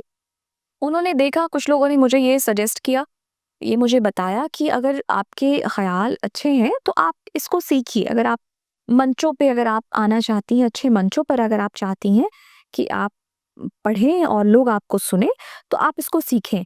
तो इसके लिए, जैसे कि अब कोई संगीत सीखता है तो उसके भी उस्ताद होते हैं। तो अब जैसे आप शायरी कर रहे हैं तो उसके भी उस्ताद होते हैं। लेकिन अफ़सोस कि मेरे कोई उस्ताद नहीं, मुझे कोई उस्ताद नहीं मिला। अ, तो मैंने गूगल से मैंने बहर सीखी कि बहर क्या होता है। बहर, उसकी टेक्नीक्स, उसको मैंने सीखा। कुल 32 बहरें होती हैं, लेकिन आम तौर पर जो ज़्यादा, जिसका लोग, उसका 8 से 9 बहर, जिस पर लोग अक्सर जितने भी शायर हैं, वो काम करते हैं, वो कहते आ रहे हैं। तो मैंने ये गूगल से सीखा कि बहर क्या होती है। फिर मैंने उस पे धीरे-धीरे कभी कुछ कुछ लिखा, अगर मुझे लगा कि ये सही है, मुझे लग रहा है, तो सीनियर को भी, किसी सीनियर पोएट को दिखा लिया, उनको, उनसे पूछ लिया। लेकिन कायदे से कोई उस्ताद नहीं मिले, जिसका अफ़सोस है मुझे, रहता है हमेशा कि शायद उस्ताद का, किसी गुरु का हाथ सिर पे होता, तो मैं और ज़्यादा बेहतर और बेहतर कर पाती। और ख़ास तौर से देखिए, हालाँकि ऐसा नहीं है कि हिंदी जो शायरी है, ये एक ख़ास तबके में ही हो रहा है। मेरी मादरी ज़बान उर्दू नहीं है, लेकिन ऐसा नहीं कि जिनकी मादरी ज़बान उर्दू है, उनके घर में ही ऐसा है कि बस वो शेरो शायरी पढ़े, लेकिन हाँ, वहाँ का एक माहौल ज़रूर होता है। आप लखनऊ चले जाएँ, हैदराबाद चले जाएँ, दिल्ली चले जाएँ, तो वहाँ पे एक ऐसा माहौल ही बना हुआ है। हमारे यहाँ बिहार में इसकी धीरे-धीरे, थोड़ी-थोड़ी कमी होती गई, लेकिन ऐसा नहीं, बहुत इंटरेस्ट है हमारे यहाँ से। राष्ट्रकवि दिनकर और बहुत सारे ऐसे कवि निकले, कवि हैं, कलीम आज़िज़ साहब, लेकिन अब वो माहौल चूँकि धीरे-धीरे थोड़ा कम होता जा रहा है, तो जिसकी वज़ह से इन चीज़ों की कमी होती गई। लेकिन मुझे था कि मुझे सीखना है, फिर मुझे दिलचस्पी आती गई ना, कहना कि जो चीज़ें कभी-कभी होता है ना कि आपके अंदर होता है। एक कुम्हार को नहीं पता होता कि वो घड़े बनाएगा, लेकिन वो बनाते-बनाते बना लेता है, उसके अंदर खुद से होती है, अंदर से ये इसकी कुछ स्किल्स होते हैं, वो आपके अंदर होते हैं, जेनेटिक होते हैं। तो शायद ये मुझे करना था। और मैंने इसके पहले भी मेरा पॉडकास्ट में उसने मुझसे पूछा, तो मुझे लगा कि हम और आप कुछ नहीं करते, मुझे लगता है वो चुनता है हमें अ, कि आप इसके लिए सटीक है और आप ये करें। तो मुझे लगता है कि शायद ऊपर वाले ने मुझे चुना है इसके लिए, क्योंकि आप सोचे जिसकी फैमिली बैकग्राउंड में दूर-दूर तक लिटरेचर से जिसका कोई लेना-देना नहीं। उस फैमिली की एक लड़की वो लिटरेचर में आती है और वो शेरो शायरी और ग़ज़ल कर रही है, तो आप सोचिए कि मुझे लगता है कि ये शायद डेस्टिनाइड था, ऊपर वाले की चाहत थी। तो ऐसे शेरो शायरी मैंने फिर पढ़ते-पढ़ते, सीखते-सीखते फिर मैंने ये करना सीखा। तो आपने 2 टर्मिनोलॉजीज़ यूज़ की, एक बहर और एक मीटर मीटर हम आम बोलचाल की भाषा में इसे मीटर कहते हैं। अब वो जो टेक्निकली जो टर्म है जो वो उसे हम बहर कहते हैं। और एक और टर्म आपने यूज़ किया था ना, सुर, जिसमें आप जैसे आपने कहा था जैसे संगीत में वज़्न। वज़्न। हाँ, तो एक क्या अब एक शायरी कह के can you make us understand कि इसमें से कौन-सा बहर है? Can you like elaborate it with a shayari? अब बिल्कुल उसके लिए मुझे लगता है आपको एक अलग पॉडकास्ट करनी होगी, ये इतना ब्रीफ है। लेकिन जैसे हम मुफ़ाइलुन, मुफ़ाइलुन, मुफ़ाइलुन, मुफ़ाइलुन ये हम कहते हैं। अब जैसे कि मेरे मालिक तेरी अब क्या रज़ा है ये बता दे तू। Right, this one. मेरी तकदीर में कितनी क़ज़ा है ये बता दे तू। तो मेरे मालिक यहाँ पे मे का वज़न हमने एक लिया, रे मालिक। माँ आकार आता है, मौ में आकार माँ, इसका वज़न हमने 2 लिया, अच्छा। है ना? ऐसा में रे में आकार रेफ आया, हमने र में एक, तो एक उसका वज़न हमने 2 लिया। कोई सिंगल अक्षर है, तो वो एक हो हाँ, कोई अल्फ़ाज़ अगर सिंगल तो वो 1, जिसमें कोई भी मात्रा लग गई उसका वज़न 2। लेकिन ये वज़न गिराने, वज़न बढ़ाने का भी इसमें चलन है, ये भी हम करते हैं। लेकिन ये सारी टेक्नीक्स है। उसके बाद जब हम ग़ज़ल लिखते हैं तो काफ़िया रदीफ़ का बहुत ध्यान रखना पड़ता है। काफ़िया रदीफ़, जी हाँ, जैसे कि अब ये मेरे मिसरे हैं कि मेरी तकदीर में कितनी क़ज़ा है ये बता दे तू। मेरे मालिक तेरी अब क्या रज़ा है ये बता दे तू। तो ये जो ये बता दे तू जो रिपीट हो रही है, बार-बार जो आ रहा है, दोहरा रही हूँ जिसे मैं, ये रदीफ़ कहलाते हैं। और जो एक ऐसा जिसको हम फ़ोनिक्स बोलते हैं, जैसे रज़ा, कज़ा, मज़ा, सज़ा, है ना? ये चीज़ें जो आती गई, सिमिलर साउंड करने वाले जो शब्द हुए, जो अल्फ़ाज़ हुए, तो ये काफ़िया कहलाते हैं। मेरे मालिक तेरी अब क्या रज़ा है ये बता दे तू, मेरी तकदीर में कितनी क़ज़ा है। क़ज़ा एज़ इन डेथ, मेरी तकदीर में कितनी क़ज़ा है ये बता दे तू। न जीने की सहूलत दी, न मरने ही दिया मुझको, मुझे यूँ देख कर आता मज़ा है, ये बता दे तू। तो दिस इज़ पता चला कि लोग बीच में वाह-वाह क्यों करते हैं। क्या बात है यार! वॉव! This is amazing. ये आपने लिखा है? बेशक ये मेरा लिखा है। हाँ, मेरी तकदीर में कितनी क़ज़ा है ये बता दे तू। मेरे मालिक तेरी अब क्या रज़ा है ये बता दे तू।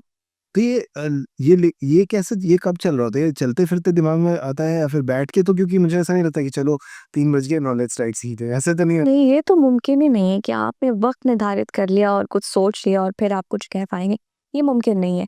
ये देखिए, ये ना ख़याल आमद होती है, पहले तो मतलब आती है आपके ऊपर कुछ चीज़ें। कोई चीज़ आपने देखी, आपको वो चीज़ लग गई, कुछ भी अच्छा, कोई चीज़ आप जब तक आपने महसूस नहीं किया अंदर, बहुत डीपली आपने महसूस नहीं किया, आप अच्छा कह नहीं सकते हो। मतलब आपको ना आपके दिल को महसूस करना चाहिए, मतलब महसूस होना चाहिए।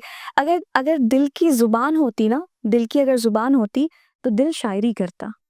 क्योंकि दिमाग से हम फ़ैसले लेते हैं। मैंने लिखा नहीं है, ये मैं आपको बता रही हूँ एक जनरल कि अगर दिल की ज़ुबान होती ना तो दिल शायरी करता। एक शायर है, वो कहते हैं कि तुम भी वहीं से आते हो जहाँ से अच्छे मौसम आते हैं। अ, बाहर आते हैं आँसू अंदर से, जाने अंदर कहाँ से आते हैं। आप सोच के देखिए कि ये आँसू अंदर कहाँ से आते हैं। तो मैंने सोचा कि अंदर आँसू कहाँ से आते हैं? जब हमारे जिस्म में, हमारे बॉडी में कोई कट होता है, कोई चोट लगती है, हम गिर गए हैं, किचन में काम करते वक़्त छुरी लग गई, कट हो गया, तो ब्लीडिंग होती है, खून बहता है।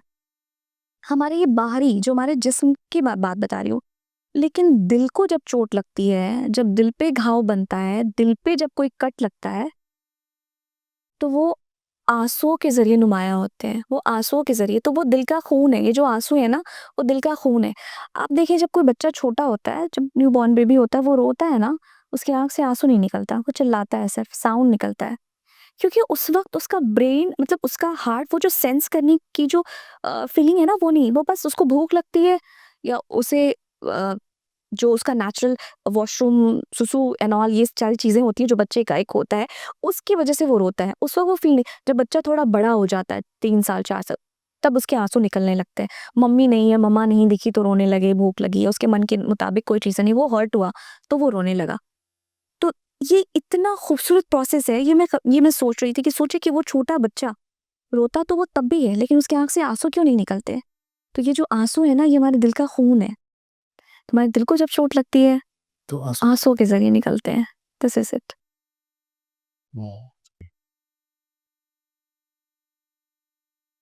पर्सनली आपकी आइडेंटिटी को और भी ज़्यादा निखारने में क्या रोल प्ले किया है उर्दू शायरी ने?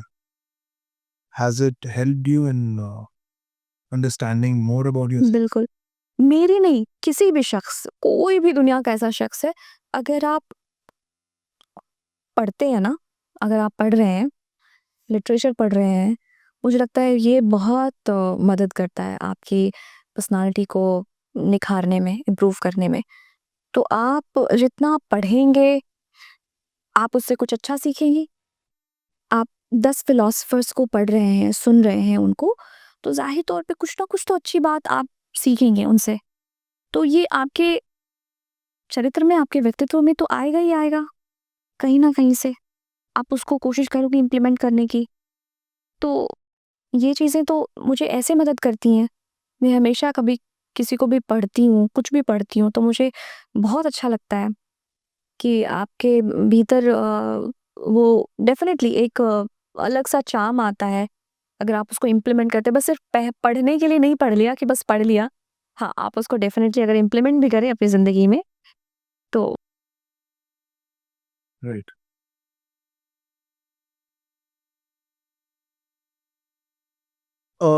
अगले सवाल से पहले एक मेरा सवाल है।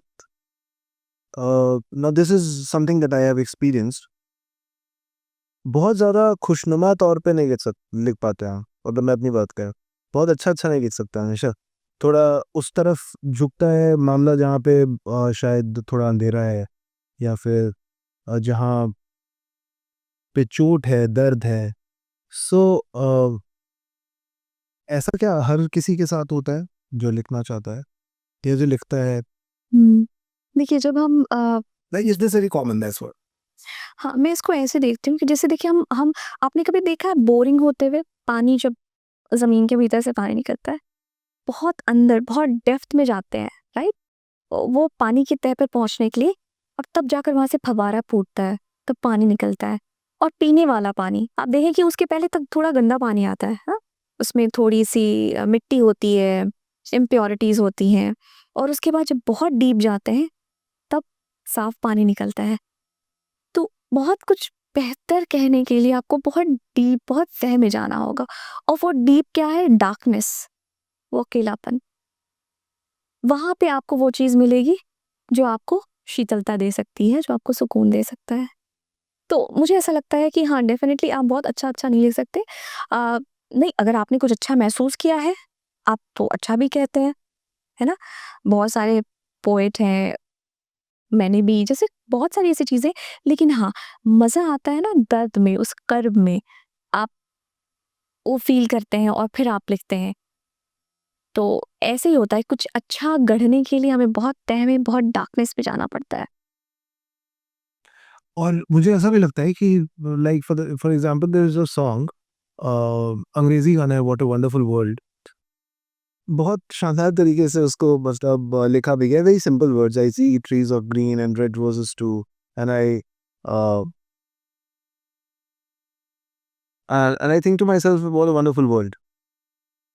तो हाँ, ये भी आया है बाहर, पर कहीं न कहीं इनका भी एक एक्सपीरियंस रहा होगा, इन्होंने दूसरी साइड भी देखी होगी कि इफ नॉट दिस तो जो था वो शायद ज़्यादा बेहतर नहीं था। And why is it important to be on this side? ये इस चीज़ को समझना भी बहुत ज़रूरी है। देखिए सलमान अहमद सलमान एक शायर होते हैं।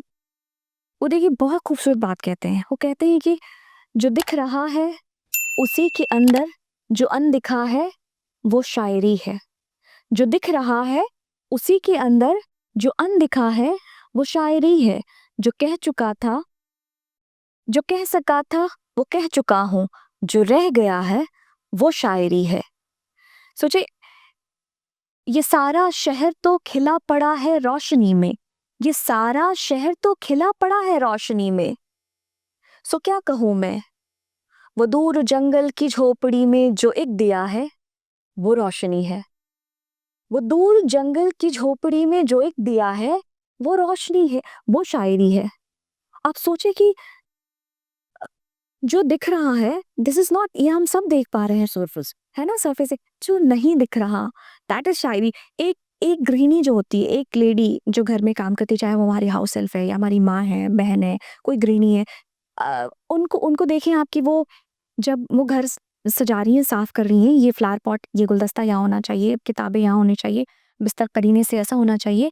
तो ये जो जो पूरा प्रोसेस है ना, मैं इसको देखती हूँ तो मुझे लगता है कि ये शायरी हो रही है। दैट इज शायरी।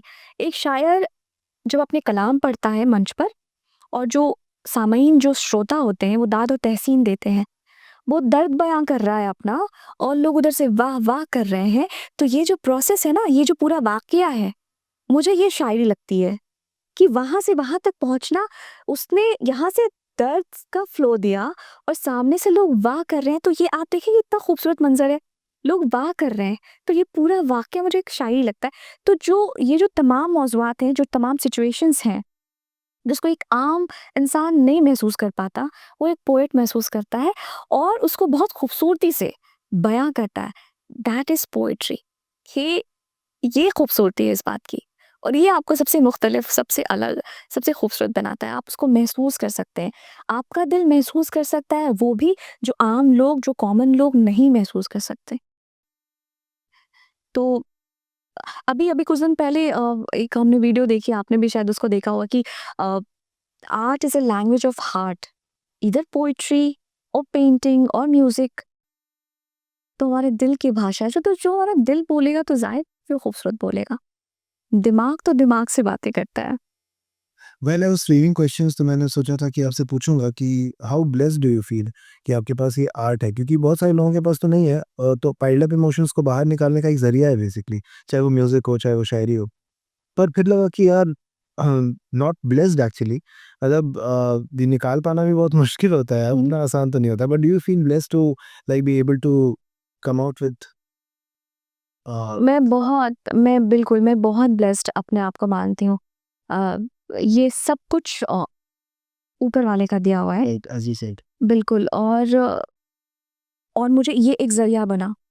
ये जो मुझे, अगर मैं ये नहीं कहती कि मैंने बहुत कुछ अचीव कर लिया है, लेकिन अगर मैंने थोड़ा भी अचीव कर लिया है, मुझे अगर 4 लोग जानते हैं तो इसकी बदौलत जानते हैं।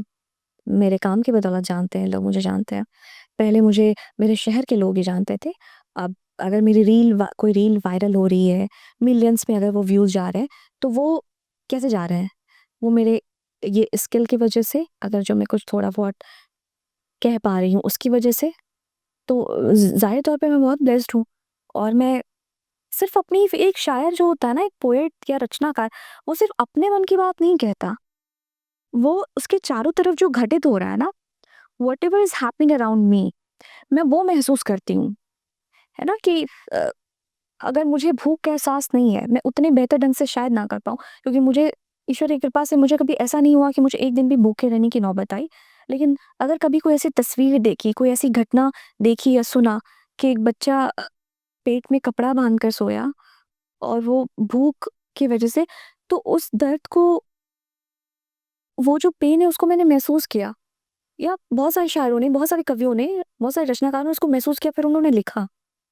ज़रूरी नहीं होता कि वो घटना आपके साथ घटित ही हो रही हो, लेकिन आप उसको महसूस कर लेते हैं। और यही सबसे मुख्तलिफ और ख़ास बात है किसी रचनाकार की, किसी पोएट की, कि आप महसूस करते हैं। आप इतने हसास दिल हैं, आप इतने सेंसिटिव हैं, तभी आप महसूस कर पा रहे हैं। और तभी आप कुछ अच्छा रच पा रहे हैं, कुछ अच्छा लिख पा रहे हैं। राइट। तो शायरी को लेके मेन स्ट्रीम मीडिया में अभी किस तरीके का एक्सेप्टेंस है? क्या लगता है आपको? What is the status? Main stream media में शायरी को लेकर के देखिए, मेन स्ट्रीम मीडिया में तो भाषा बहुत ख़राब हो गई है। आपको अपनी भाषा अच्छी रखनी है, आप चाहते हैं कि हाँ, तो आपको शायरी, कविताएँ ये सब या फिर जो भी अच्छी रचनाएँ हैं उनको आप पढ़ें, लेकिन भाषा तो ख़राब हो रही है। मैं दूरदर्शन की बात नहीं करूँगी, दूरदर्शन ने तो अपने आप को बहुत बना के रखा हुआ है। लेकिन बाकी आप जगहों पे आप देखिए लाइव स्ट्रीम्स होते हैं, पैनल डिस्कशंस होते हैं, उसमें कैसी भाषा का प्रयोग किया जाता है। लेकिन मैं ये बहुत मुझे अच्छा लगता है देखकर, आप असेंबलीज़ में देखें, जो बहुत सारे एमएलएज़ हैं, एमपी हैं, वो शायरी करते हैं।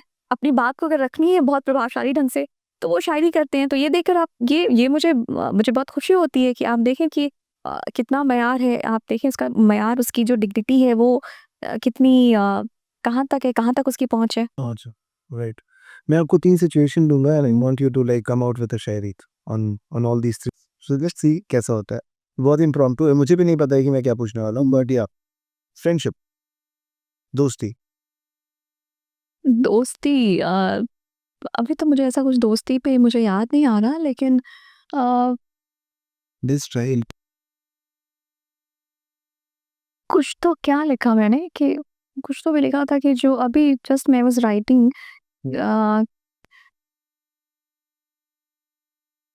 स्विच करते हैं नेक्स्ट। सपना, सपना पे देखिए, सपना इज़ अ ड्रीम। हाँ, मैं इसको ऐसे देखती हूँ कि सपना आपके सपने जब आपको आपको अपने सपने को पूरे करने के लिए आपको खुद एफर्ट करना पड़ेगा, आपको खुद संघर्ष करना पड़ेगा, है ना? तो मैंने लिखा है कि मैंने सीखा नहीं है डर जाना, हार कर हौसला बिखर जाना, हादसों ने सिखा दिया मुझको, जिस तरफ खौफ हो उधर जाना। हादसे, चैलेंजेस, चुनौतियाँ बहुत हैं। तो आप अपने सपने को, अपने ड्रीम को पाना चाहते हैं, तो आपको मेहनत और वो एफर्ट्स करने पड़ेंगे। मैंने सीखा नहीं है डर जाना। मोहब्बत। मोहब्बत मोहब्बत बहुत कुछ लिखा होगा बट अभी जो दिमाग में है। अभी जो दिमाग में आ रहा है कि मोहब्बत, मेरा हमेशा से ये मानना है कि मोहब्बत का मतलब पा लेना नहीं होता। स कोई अगर आपको मोहब्बत से नवाज़े, तभी आपकी मोहब्बत मोहब्बत है, ऐसा नहीं होता। आपकी मोहब्बत है, ये मेरा ऐसा मानना है, ये मेरा प्यार है। I love to be in love, मतलब मुझे इस सिचुएशन में रहना पसंद है, चलिए, ऑल्दो इसमें बहुत पेन है। तो मैंने इस पे लिखा है कि चलो सब्र के ही सहारे रहेंगे, तुम्हारे बिना भी तुम्हारे रहेंगे। ये मेरी भी ज़िद है क़यामत तलक अब, तुम्हारे तुम्हारे तुम्हारे रहेंगे। वाह! It's amazing. ये कितना वक़्त लगता होगा लिखने में? कह सकते हैं वक़्त की बात मैं आपको बताऊँ, एक शेर और भी है मेरा ये कि अ, अभी जैसे मोहब्बत की आपने बात की और अभी मैंने जस्ट आपने मोहब्बत शब्द का इस्तेमाल किया, लफ़्ज़ इस्तेमाल किया, एक अलग-सी ताज़गी, मुझे अच्छा-सा कुछ महसूस हुआ। तो मेरे लिए व्हाट इज़ लव? मेरा इश्क ज़रा नूरानी और ज़रा रूहानी है, बस उसको महसूस किया और इन आँखों में पानी है। एस तो this is love for me. और वक़्त कितना लगता है, देखिए कभी-कभी ऐसा होता है ना कि आप एक मिसरा नहीं कह पाते हैं। एक मिसरा एज़ इन एक पंक्ति, हम इसे उर्दू में मिसरा कहते हैं। एक मिसरा नहीं कह पाते। और कभी-कभी होता है कि पूरी ग़ज़ल हो जाती है। 5 शेर मिलाकर एक ग़ज़ल मुकम्मल होती है, आप ज़्यादा जितना कह लें। लेकिन कभी-कभी ऐसा होता है कि बस अभी बैठे हैं घंटे भर में, कोई आते गए ख़्याल, आते गए, आते गए, आते गए, और तरतीब में आप उसको वज़न में बिठाकर आपने कर दिया। और कभी-कभार ऐसा होता है कि एक शेर हुआ, उसका अब अगला शेर कब होगा, या एक मिसरा हुआ, ऊला मिसरा हुआ, सानी मिसरा कब होगा, मतलब ऊला मिसरा मतलब जो शेर की पहली पंक्ति, उसे हम अव्वल मिसरा या ऊला मिसरा कहते हैं। नीचे की पंक्ति को हम सानी मिसरा कहते हैं। तो ये अब इसमें बहुत वक़्त हो जाता है। तो ये सब कुछ मुझे तो लगता है कि सब वो आप बैठे हो लेकर, अगर आपको कोई काम मिला, सपोज़ अगर मुझे कोई सिचुएशन दी गई, जैसे मुझे महावीर मंदिर, महावीर ट्रस्ट पे लिखना था, तो मैंने उस पे लिखा था, तो वो मुझे था कि मुझे ये काम है, तो मुझे लिखना है, तो मैं उसमें जोड़-तोड़ करके आई वाज़ राइटिंग, मैं लिख रही थी। लेकिन जब आप ग़ज़ल कह रहे हैं, आप जोड़-तोड़ नहीं कर सकते, आप कर लो कोशिश, वो वो चीज़ निकल कर ही नहीं आएगी जो खूबसूरत है, जो बेहतर है। फिर वो लगेगा कि आपने जोड़-तोड़ करके इसको बना दिया है। वो ऐसा होता है। And the third situation is आजकल जो काफ़ी ज़्यादा कॉमन भी चल रहा है मतलब अमंग्स द यंगस्टर्स, मुझे ऐसा लगता है कि डिप्रेशन, एंग्जाइटी ये सारे बहुत ही सीरियस टर्म्स हैं। बहुत आसान नहीं होता है किसी को डिप्रेशन से गुजरना। बहुत it's very tough, that period is very not very easy for anyone. तो for people who are actually going through these situations in life, उनके लिए व्हाट वुड यू से? हर किसी को मुकम्मल जहाँ नहीं मिलता, कहीं ज़मीं तो कहीं आसमान नहीं मिलता। आप ये इस पे हमने पहले भी बात की थी पूर्व की किसी की ज़िंदगी नामुकम्मल नहीं है। हर शख्स किसी न किसी चीज़ से स्ट्रगल कर रहा है। जिसके पास पैसा है, वो हेल्थ से स्ट्रगल कर रहा है। जिसको हेल्थ है, वो फाइनेंशियली स्टेबल नहीं है।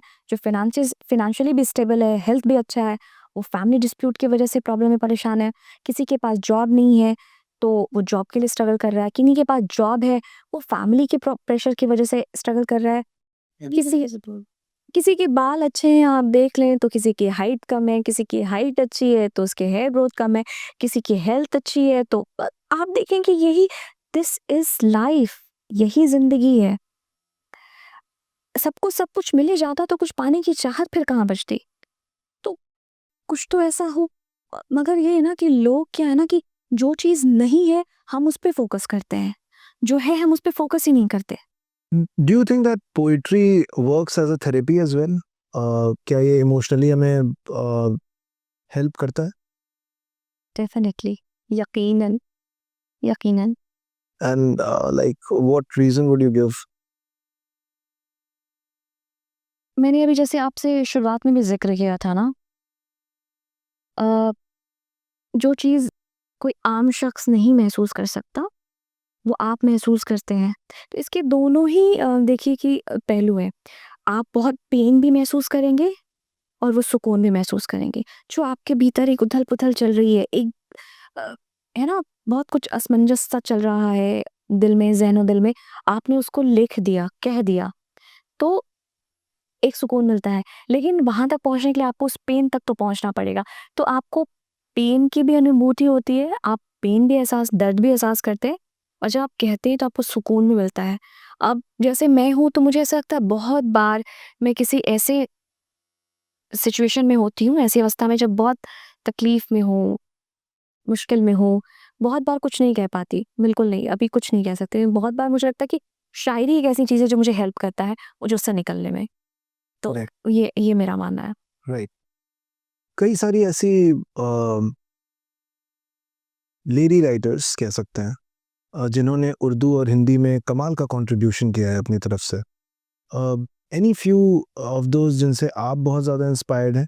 और as a woman, as a person who is now married and having kids, क्या आपको लगता है कि इस तरफ शायरी की दुनिया में घुस पाना थोड़ा चैलेंजिंग था आपके लिए? बहुत सारी ऐसी राइटर्स हैं जिन्होंने बहुत अच्छा किया है, लिखा है बहुत अच्छा। महादेवी वर्मा जी हैं, पोएट नहीं है लेकिन आप देखिए उनकी जो उन्होंने लिखा है, परवीन शाकिर हैं, पाकिस्तान की शायरा हैं। अ, मैं बहुत मुतासिर हूँ, बहुत इन्फ्लुएंस हूँ उनकी जो भी वो लिखती हैं, जो भी उन्होंने लिखा है, जो कहा है।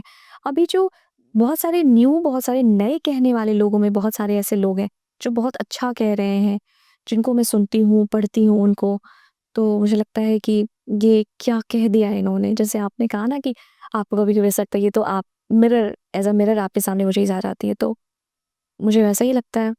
बहुत सारे ऐसे लोग हैं, हिना रिज़वी हैं, लखनऊ की हैं मैं उनको पढ़ती हूँ तो बहुत अच्छा लगता है। नुसरत मेहदी साहिबा हैं, अभी मध्य प्रदेश में उर्दू अकादमी की वो डायरेक्टर भी हैं, तो बहुत अच्छा वो कह रही हैं।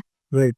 सो जैसा कि मैंने पूछा, एज अ वुमन आपको कभी शायरी की इस दुनिया में जाने में कभी कुछ चैलेंजेस महसूस हुए? शुरुआत में देखिए चैलेंजेस यही थे ना कि मुझे पता नहीं था कि टेक्नीक्स कैसे सीखूँ, कहाँ से सीखूँ? आपके भीतर वो चाहत है, वो ललक है और वो डेस्परेशन है सीखने की लेकिन आपको पता ही नहीं है रास्ता कोई बताने वाला नहीं है, कोई रहबर नहीं है आपका।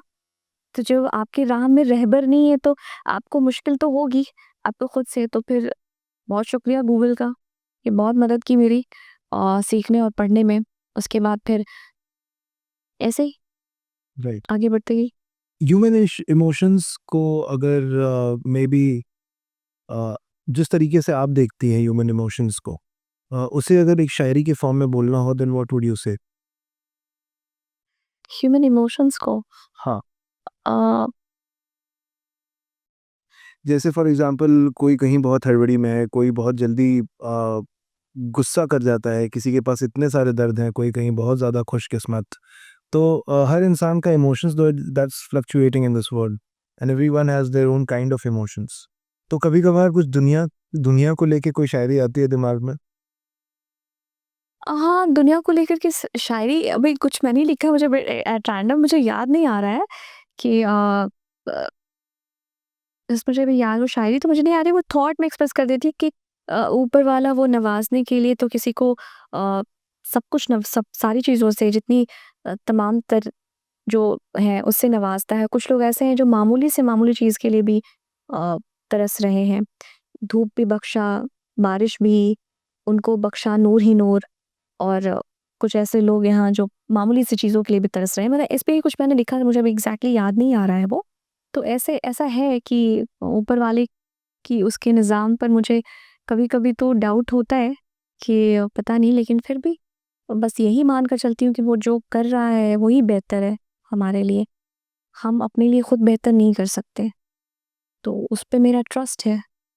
उस वो जो भी सुपर पावर है, वो चाहे जो भी है, मैं ये नहीं कह रही हूँ कि वो शिव जी हैं या वो देवी माँ हैं, वो जो भी सुपर पावर है, मुझे उस पे ट्रस्ट है कि वो हमारे लिए जो कर रहा है वो बेहतर कर रहा है।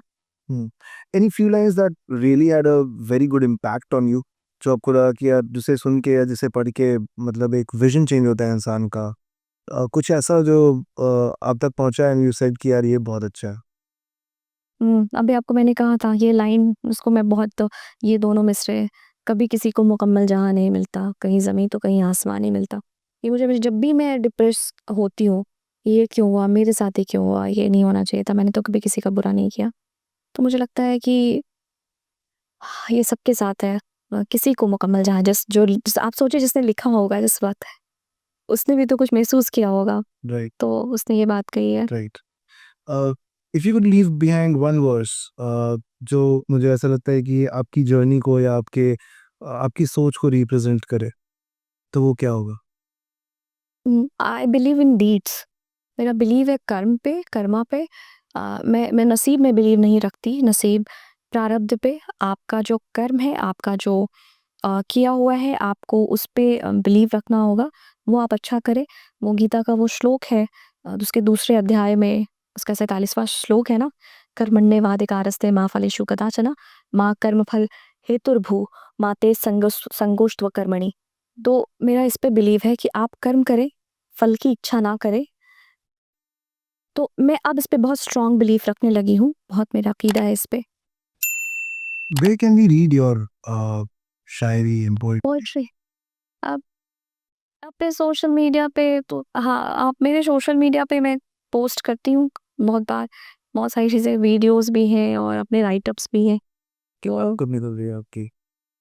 बहुत आई नो मतलब कई सारे लोग इंतज़ार में होंगे। अच्छा नहीं, आपने बहुत अच्छी बात कही, मेरे दिल की बात आपने कह दी।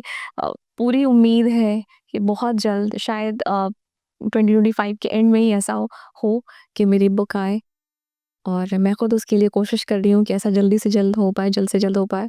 वेल कोशिश करने वालों की कभी हार नहीं होती, तो आई बिलीव कि इस बार 2025 में हम किताब मिल बहुत शुक्रिया आपका।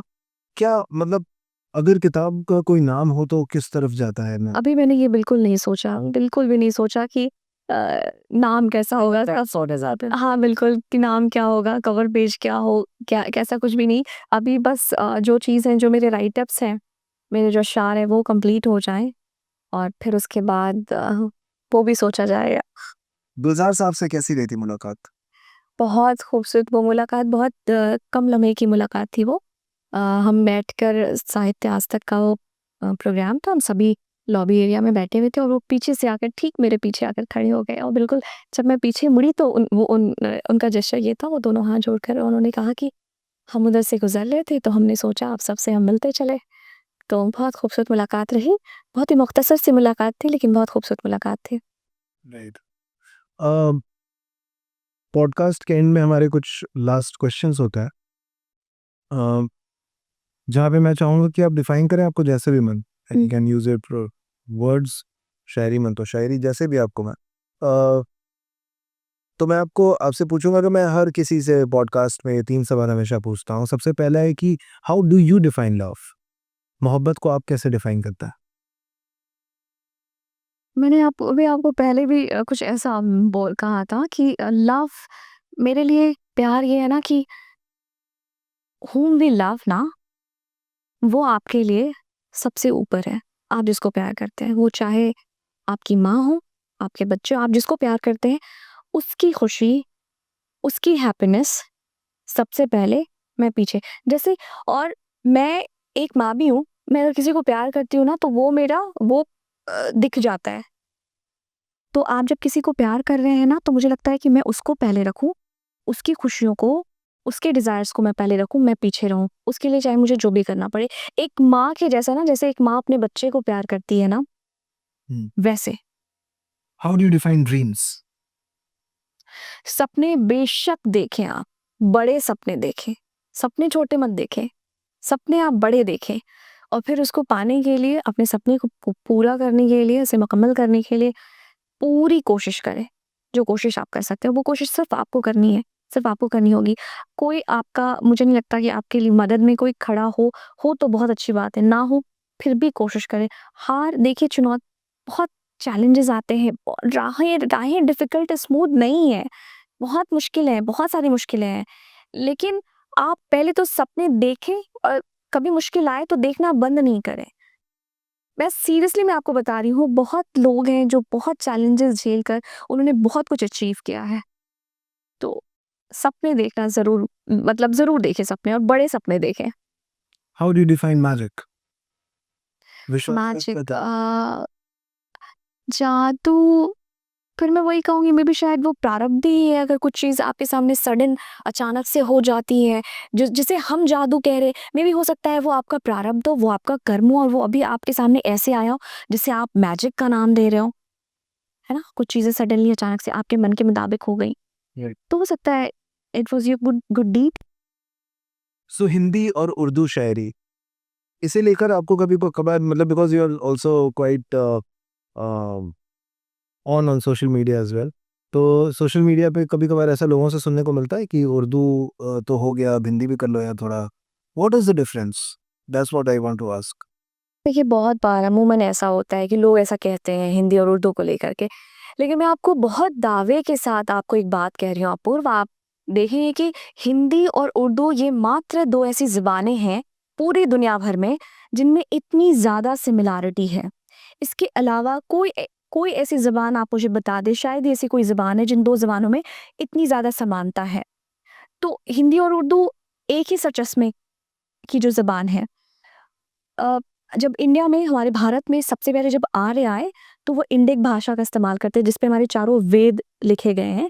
जिसका मतलब आप कहें कि उसका एडवांस वर्ज़न, आप उसको मयारी वर्ज़न कह सकते हैं, संस्कृत आप उसको कह सकते हैं, वो लफ्ज़ है। लेकिन आप देखिए कि जैसे-जैसे फिर वक़्त बीतता गया, उसके बाद जो रोज़मर्रा और बोलचाल की भाषा में जब मुग़ल आए हमारे भारत में, तो फिर इन भाषाओं का भी फिर उसके बाद कुछ अपभ्रंश बनते गए हैं, जिसमें जो मिलकर के अरबी और फ़ारसी के लफ्ज़ों का इस्तेमाल करते हैं, जो रोज़मर्रा और बोलचाल की भाषा में, तो ये मिलकर भाषा बोली जाने लगी। तो जो हिंदी और उर्दू का जो बेस है ना, वो दरअसल खड़ी बोली है। आप जो बहुत सारे ऐसे पोएट हुए, जैसे सूरदास हो गए, उन्होंने ब्रिज भाषा में कहा, जो मीरा हो गई, उन्होंने राजस्थानी में कहा, अ, द तुलसीदास हो गए, उन्होंने अवधी में कहा, मोहम्मद जायसी हो गए, उन्होंने अवधी में कहा। तो ऐसे शुरुआत हुए। अब जो अमीर खुसरो हैं, जिन्हें हिंदी वाले और उर्दू वाले, ये जो दोनों ही तबका है, ये इनको अपना पहला शायर तस्लीम करते हैं। अब वो कितनी खूबसूरत बात कहते हैं, मैं आपको उनकी 2 पंक्तियाँ सुना रही हूँ कि वो कहते हैं कि गोरी सोवे सेज पर, मुख पर डारे केस, चल खुसरो घर आपने, रैन भई चहुदेस। अब आप बताएँ कि ये हिंदी है या उर्दू है? तो आप इसमें फ़र्क नहीं महसूस करते, तो जो शुरुआती ये जो खड़ी बोली से, भाषा से, यहाँ से इसकी शुरुआत हुई और उसके बाद फिर कुछ अपभ्रंश बनते गए और उसके बाद हिंदी और उर्दू। तो इसलिए मैंने कहा कि मैं बहुत दावे और यकीन के साथ कह सकती हूँ कि पूरी दुनिया भर में हिंदी और उर्दू के अलावा कोई ऐसी भाषा नहीं है जिसमें इतनी सिमिलैरिटी है। बहुत बार हमें हिंदी सुनकर लगता है कि हम उर्दू सुन रहे हैं और उर्दू को आप सुने तो लगे कि हम हिंदी हिंदी ये हिंदी ही है, शायद ऐसा। तो वो लोग जो ऐसा सोचते हैं, मैं उनको यही कहूँगी कि वो थोड़ा और पढ़ लें, हाँ, थोड़ा और रिसर्च कर लें और इन नफ़रत फैलाने वाली बातों को इनसे थोड़ा खुद को दूर रखें और समाज को, माशरे को भी दूर रखें। एंड जो अगला सेगमेंट है that might be quite daring for you. बहुत सारे लोग बोल देते हैं भैया ऐसा, इसलिए मैं कह रहा हूँ, पर हो सकता है ना भी हो। So now since I am into music since last 15 17 18 years, तो पॉडकास्ट का जो अंत होता है वो हमेशा म्यूजिकल करता है, where I am the next person to come up with some few lines जो आपको सही में अच्छे लगते हैं। कोई भी एक गाना जो आपको पसंद हो। जो मुझे बहुत ज़्यादा पसंद है, वैसे तो बहुत सारे गाने हैं लेकिन ये एक मैं एक ही 2 पंक्ति गाऊँगी, राइट? मुझे तुम नज़र से गिरा तो रहे हो, मुझे तुम कभी भी भुला ना सकोगे, मुझे तुम नज़र से। That's it. Beautiful. I think इसका कवर भी अभी बहुत ट्रेंडिंग किया था on Instagram. But thank you so much for taking out time and coming here and climbing all those stairs and been sitting and telling us. आपका बहुत-बहुत शुक्रिया अपूर्व, आपने मुझे यहाँ इनवाइट किया और इतनी खूबसूरत बातें आपने की और जानू जंक्शन की पूरी टीम को बहुत सारा बेस्ट विशेस। आप यूँ ही आगे बढ़ते रहें और बहुत कुछ बेहतर स्प्रेड करते रहें सोसाइटी में। So thanks to you all.